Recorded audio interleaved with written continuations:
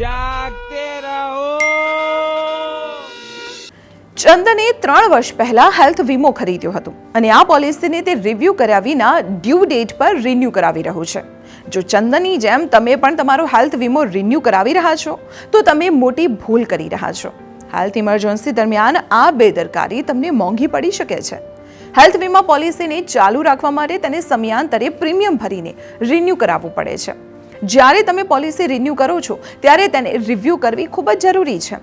તમારા પરિવારની હેલ્થકેર અંગેની જરૂરિયાતો બદલાઈ શકે છે, તેથી હેલ્થ વીમા પોલિસીને રિન્યૂ કરતી વખતે તેની સંપૂર્ણ સમીક્ષા કરવી જોઈએ। હેલ્થ વીમાનો રિવ્યૂ કેવી રીતે કરવો આવું સમજીએ। ચંદને પરિવારના 4 સભ્યો માટે 5 લાખ રૂપિયાના કવરની જે પોલિસી લીધી છે તેનું પ્રીમિયમ 20,000 રૂપિયા છે। આ પોલિસી રિન્યૂ કરતા પહેલા ચંદને બજારમાં રહેલા અન્ય હેલ્થ ઇન્સ્યોરન્સ કંપનીઓના પ્લાનની તુલના કરવી જોઈએ। જો સમાન પ્રીમિયમ પર કોઈ બીજી કંપનીઓ વધુ સારી સુવિધાઓ આપી રહી છે તો તેમણે તેમની પોલિસી પોર્ટ કરાવી લેવી જોઈએ। ભારતમાં હેલ્થકેર સાથે જોડાયેલી મોંઘવારી સામાન્ય મોંઘવારી એટલે કે 5.55%ની તુલનામાં બમણા કરતાં વધુ એટલે કે 14%ના દરે વધી રહી છે। જો તમે 5 વર્ષ પહેલા 5 લાખ રૂપિયાનું વીમા કવર લીધું હોય તો મોંઘવારી પ્રમાણે તમારે આ કવર વધારીને 10 લાખ રૂપિયા કરી લેવું જોઈએ। બદલાતી ખાણીપીણીની આદતો અને લાઇફસ્ટાઇલના કારણે નવી બીમારીઓ ફેલાઈ રહી છે। તમામ બીમારીઓની સારવારની પ્રક્રિયા પણ એડવાન્સ થઈ રહી છે અને આવી સ્થિતિમાં ચંદને જોવું જોઈએ કે તેના પ્લાનમાં કઈ બીમારીઓ કવર થઈ રહી છે। વીમા કંપનીઓ તેમની પોલિસીમાં વિવિધ રોગોને કવર કરે છે। ઉદાહરણ તરીકે કેટલીક કંપનીઓ આંખની લેઝર સર્જરીને કવર કરે છે જ્યારે કેટલીક નથી કરતી। જ્યારે કંપનીઓ નવી પોલિસી લોન્ચ કરે છે ત્યારે તેમાં નવા ફીચર ઉમેરે છે। રિન્યૂ કરાવતી વખતે આ બાબતો પર ધ્યાન આપવું જોઈએ।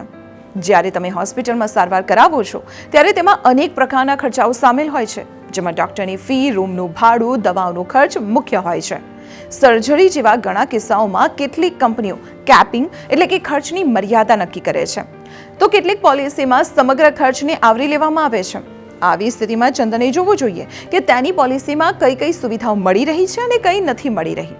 હવે નોકરી બદલવાનો ટ્રેન્ડ ઝડપથી વધી રહ્યો છે અને આવી સ્થિતિમાં તમારી હેલ્થ પોલિસીના નેટવર્કમાં કઈ હોસ્પિટલનો સમાવેશ થાય છે તેનો તમારા વર્તમાન લોકેશન અનુસાર રિવ્યૂ કરો।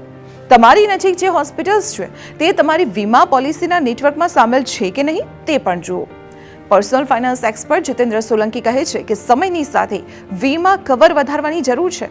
તમે જે પોલિસી ખરીદી છે તે તમારી જરૂરિયાતોને પૂરી કરી રહી છે કે નહીં, રિન્યૂ કરાવતા પહેલા તે જોવું ખૂબ જ જરૂરી છે। હેલ્થ ઇન્સ્યોરન્સમાં નવા ફીચર્સ આવી રહ્યા છે।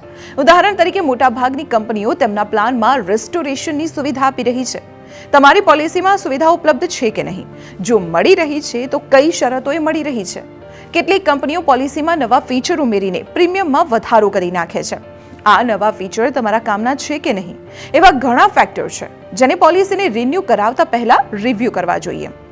તમામ હેલ્થ વીમા કંપનીઓ મૂળભૂત પોલિસી પર ઘણા પ્રકારના રાઇડર્સ ઓફર કરે છે, તો કેટલીક કંપનીઓ રાઇડર જેવી સુવિધાઓ પોતાની બેઝિક પોલિસીમાં આપી રહી છે। તમારે તમારી પોલિસીમાં કોઈ રાઇડર્સની જરૂર છે કે નહીં તે વિશે ગંભીરતાથી વિચારવું જોઈએ। તેથી તમારે ચંદન જેવી ભૂલ ક્યારે ન કરવી જોઈએ। જો તમારા પ્રીમિયમની તુલનામાં અન્ય પોલિસીમાં વધુ સારી સુવિધાઓ મળી રહી છે તો તમારી વીમા કંપની સાથે વાત કરો। જો તમે તમારી વીમા કંપનીની સુવિધાઓથી સંતુષ્ટ નથી તો પોલિસીને બીજી કંપનીમાં પોર્ટ કરાવી લો।